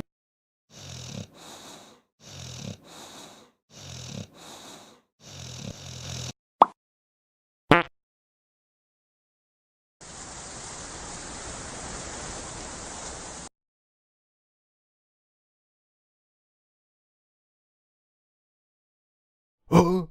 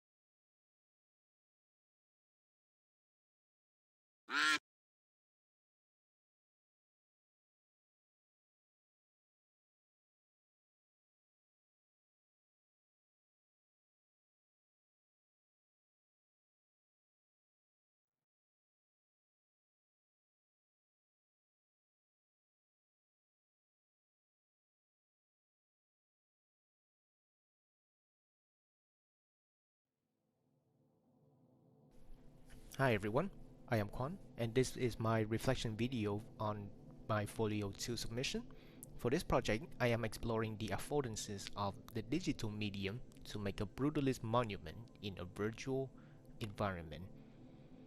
In my Folio 1 submission, I wanted to examine how geometric environment shapes perceptions and reflections of nature to those who inhabit it. Most of my first few weeks I spent to understand the design process and showcase how a space can be actively sculpted by light and shadow, and thus introduce me further into the realm of monumental installation works. Coming into second half of the semester, I solidified my concept into making a speculative world where the brutalist space is now the monumental object. First off, I want to disclose that this project has been done with the help of AI coding platform like Cursor and AI agents for documentation. It helps me iterate and understanding Unreal Engine blueprint system at a better speed and help running some minimal Python scripting for blueprint system. I use Unreal Engine procedural generation system in blocking shapes with modular geometries and generate materials.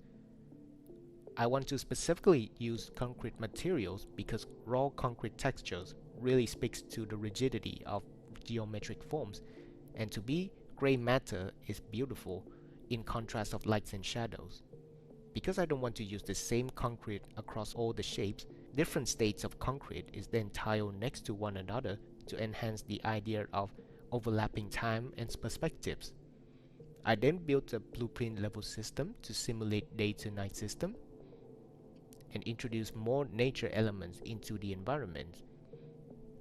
I experimenting with rain particles using Niagara system to reintroduce the idea of rigidity meets nature and to enhance the beauty of concrete surfaces when glistening with rain.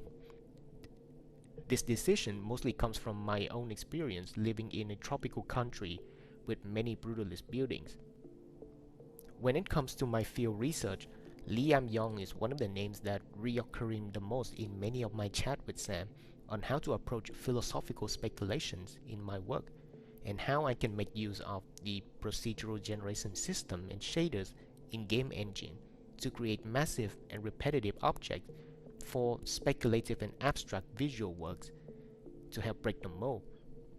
This discovery had led me to some interesting findings of works that utilize alternations in materials and shaders, like Signals by Nicolas Sassoon and Rick Silver, to raise awareness of environmental and ecological contamination, and the work of John Gerard's digital works that manipulate time and space using Google Maps satellite imageries.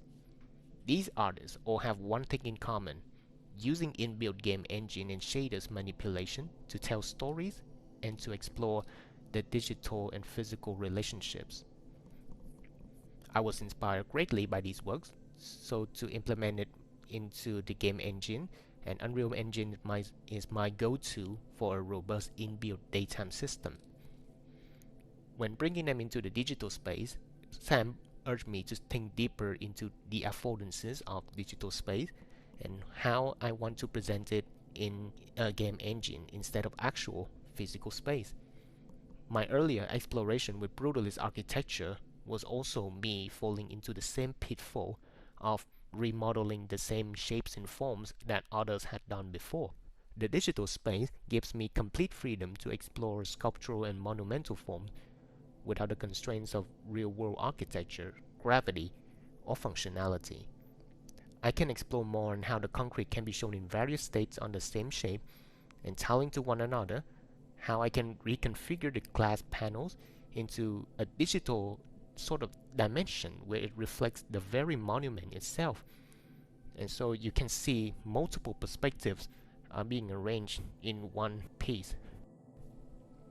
My idea is to let people experience how I view beauty of brutalist concrete forms and have these conversations of whether this is still brutalism when I strip away any meanings of an architecture to it, and how we might in the distant future recreate or apply this same appreciation or concept of using raw unadorned structure on different media.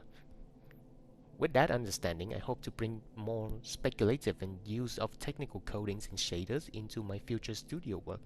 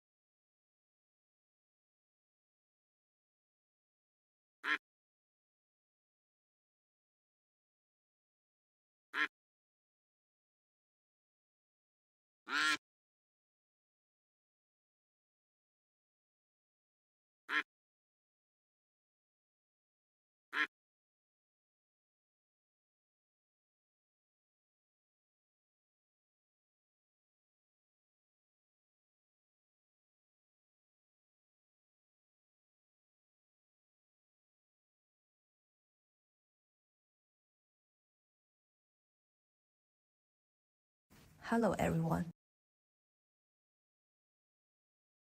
I'm Chen Yuexiang. This is the video that reflects on my Studio One work.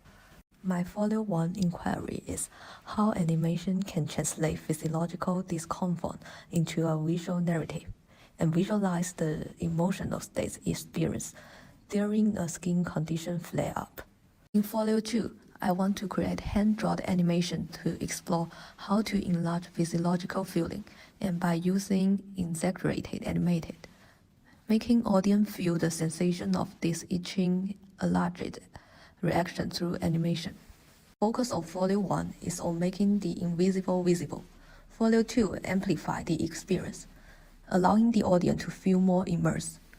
The first method is using hand drawing line to create the whole story, because the sensation of itching is very subtle and constantly changing. Using hand drawing line can make the itching feel unstable and uncontrollable. The second is rhythm and repetition. My story isn't a linear narrative in the traditional sense, rather three parallel parts. Throughout the film, two hands are the driving force behind everything. In these three parts, the repeated action of scratching with those two hands is an implicit connection. I want the audience to feel as if they are caught in an itching spell. The third one is metaphor to visualize and externalize feeling, making the sensation of itching more physical and imaginative. There is a part in my film where a lot of ants crawled out of a hole. I think having a swarm of ants crawling all over the screen can create a heightened sense of interest for the audience. The last one is alternating structure, shift between external reaction, exaggerated movement, and internal sensation,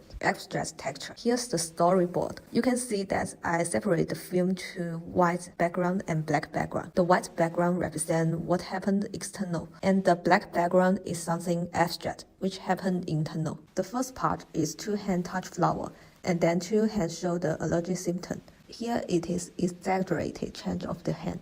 Then we moved on to the internal part. Here is the line with continued bump. Then it went back to the external part again. The first part begins with flower and end with two hands scratching and itch.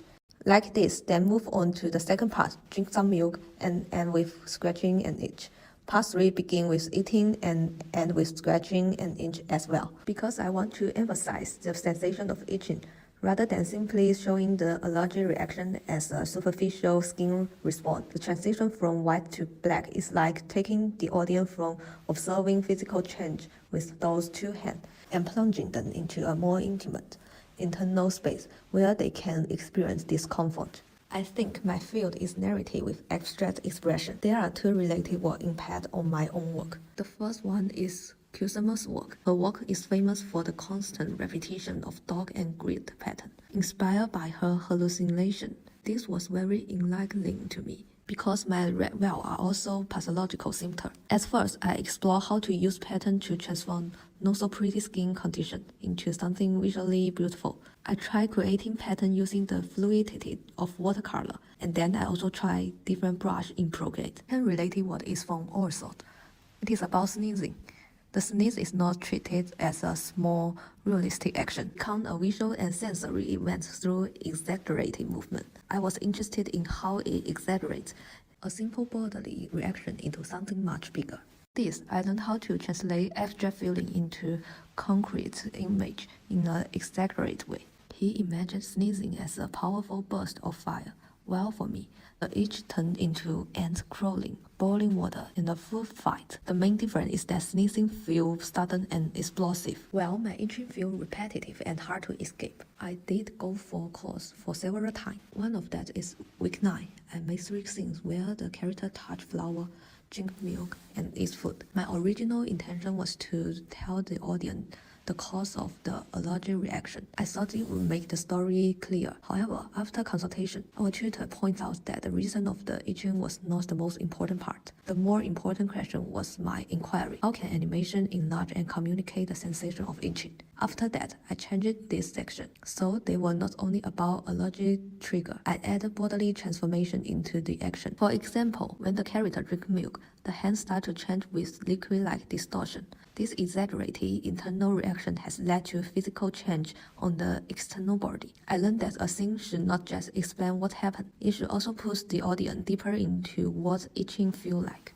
I think the most successful part of my folio work is the use of visual metaphors. The work comes from my personal experience of an itching allergic reaction. I translated the sensation into more familiar image. This allowed me to turn personal bodily experience into something more shareable and easier for the audience to imagine. My biggest learning from folio 2 is that I should not start by expecting myself to make a perfect work immediately. The process is always uneven. Sometimes I made decisions that didn't really move the work forward, and sometimes I felt that I was doing less work. But later, I realized that this imperfect step was still part of the process. Even the parts that do not fully work can be experienced for the final outcome.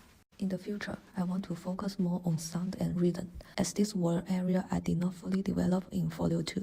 I also want to stop expecting the work to be perfect from the beginning, and instead allow testing and reflection to gradually shape the final outcome.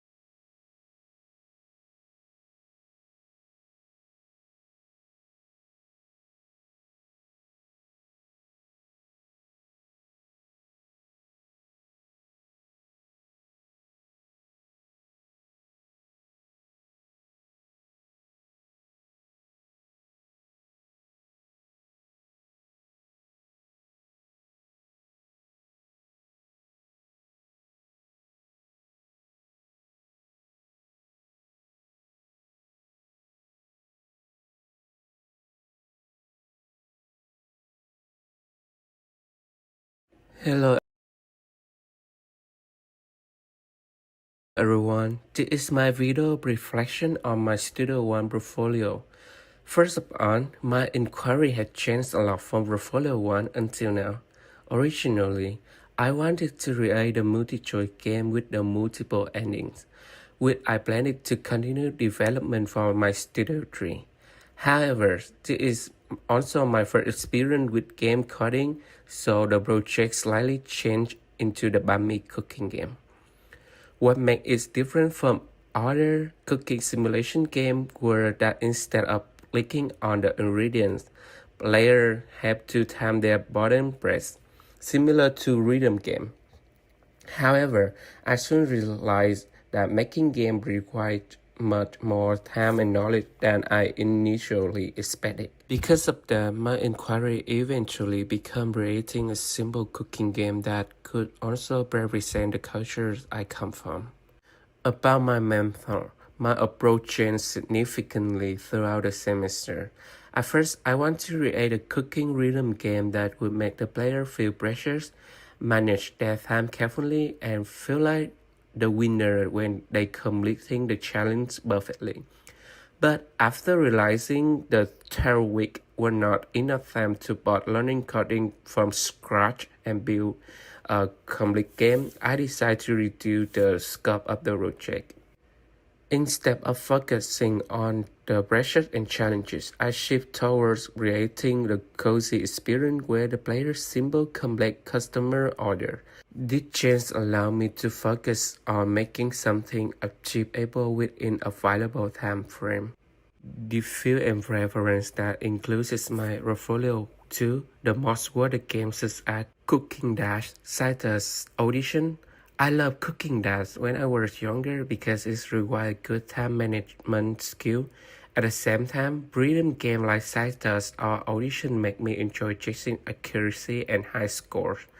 Because of these influences, I originally thought that combined cooking simulation and rhythm gameplay could create a unique experience where the player would need to both good timing and good time management, resulting in more intense and rewarding game.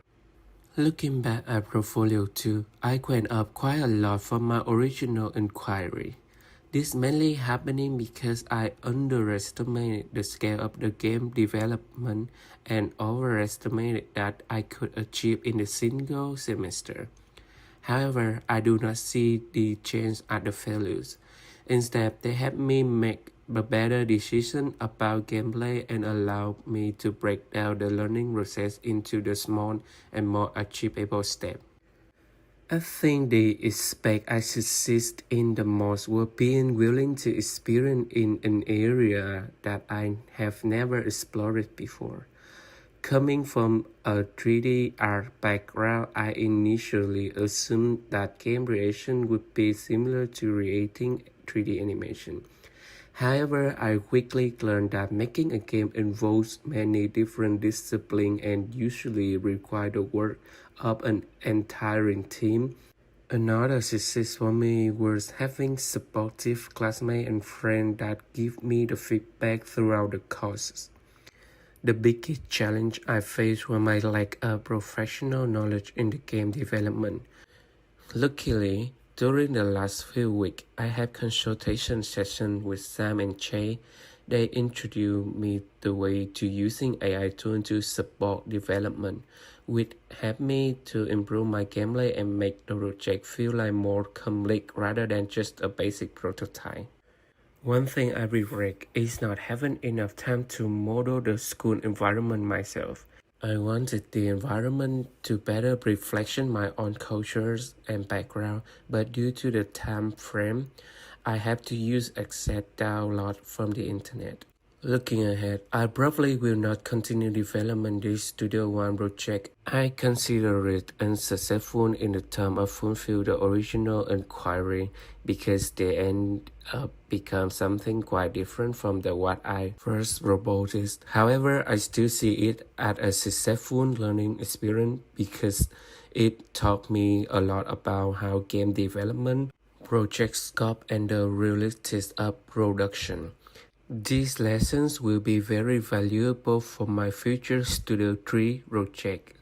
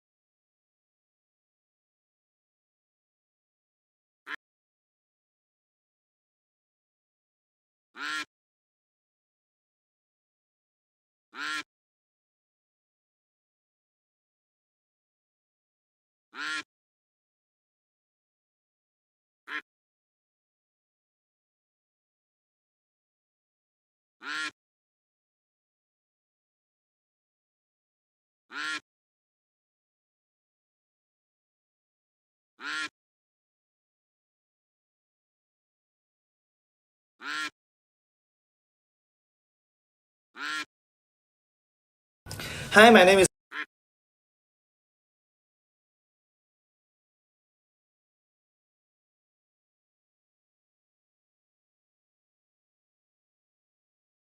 K, and this is my Studio One Photo 2 project, Fit Factory. Before I begin, I want to disclose that I used AI-assisted tools for some visual mock-ups, icon exploration, and documentation support.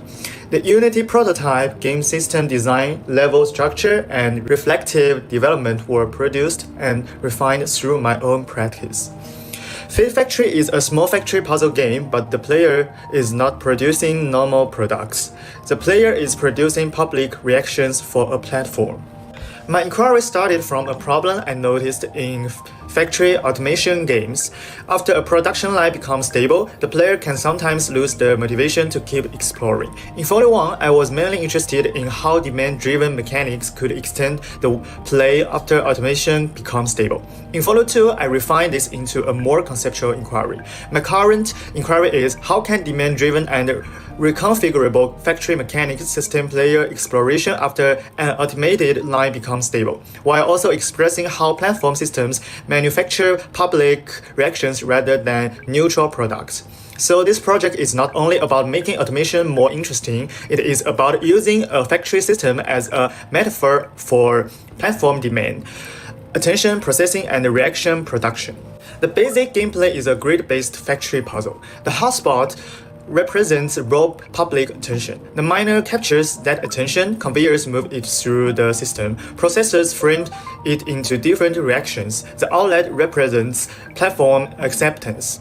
This means each object has both a gameplay role and a conceptual role. A miner is not just extracting material, it is capturing attention.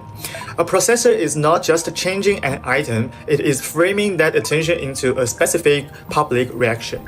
For example, raw attention through processor A becomes a meme post. Raw attention through processor B becomes an emotion post. Raw attention through processor C becomes an analysis post. The recipe system is the core mechanic of the project. Processor order changes what the output becomes. A means meme framing, B means emotional amplification, and C means analysis. For example, A then B creates a high post, A then C creates meme analysis, and C then B creates rational counter. This means the production line is not only transporting items, it is transforming attention into different public reactions. The order system represents platform demand. Recipes show what the factory can make, but orders show what the platform currently wants. The player cannot just produce anything. Only the required outputs are accepted. Some later orders need multiple outputs at once, so the player must rebuild the system within the same order. This reflects how platforms shape what kinds of reactions become valuable.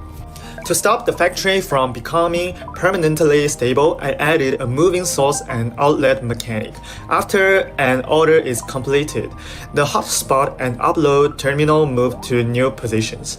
I choose to keep the old route on the board, so the player has to decide what to reuse, what to demolish, and what to rebuild. This is my main response to the inquiry. The factory can work for a moment, but it never stays stable forever. My project connects to systems-based game design, factory puzzle games, and platform media theory. The MDA framework helped me to think how mechanics create player experiences. Bogost's Procedural rhetoric helped me understand how rules can communicate ideas. In my project, the rules ask, accept, reject, reward, and relocate. So the system itself becomes the argument. One challenge was that the project became very technical at times. I had to keep checking whether each mechanic still supported the inquiry. The most successful part is the connection between recipes, orders, and moving routes. Together, they make automation temporary and unstable. My biggest learning is that the code can be part of conceptual practice. It defines what the system values and how the player responds. In future studios, I want to improve balancing, feedback, and playtesting, and develop this into a more complete playable experience.